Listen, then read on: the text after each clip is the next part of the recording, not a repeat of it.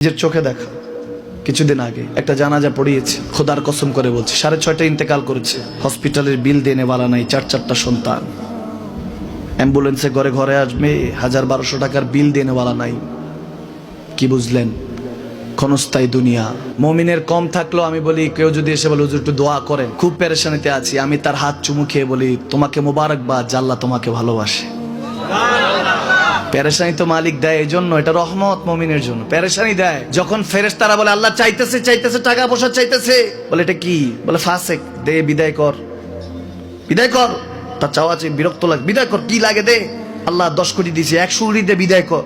মুমিন যখন চাইতে থাকে আল্লাহ আমাকে কিছু লাগবে, যখন একটু করে চায় আমার মাটাকে সুস্থ করে দাও, বাবাটাকে আল্লাহ আমার স্ত্রীকে, আমার আমাকে একটু তৌফিক দাও, চাইতে থাকে মুমিন। আল্লাহ বলে যখন ফেরেশতারা দেখে মুমিন চাচ্ছে, দেরি করতে পারে না, তাড়াতাড়ি খাজানা নিয়ে দিতে নেবে, আল্লাহ বলে রাখোস না, এত তাড়াহুড়া কিসে?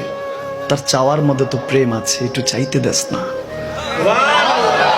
থাকুক না মুমিন আর একটু পেরেশান, থাকুক না, থাকতে দেস না, একটু থাক, একটু থাক। পেরেশানিতে রেখে আল্লাহ মজা নেয়, মহব্বত নেয়, মুমিনের অন্তর থেকে খুশবু নেয়। আল্লাহর বড় মায়া, মুমিন যখন চায় আল্লাহ তখন মায়ার নজর নিয়ে তাকায়, হায় হায় আমার বান্দা, সুবহানাল্লাহ।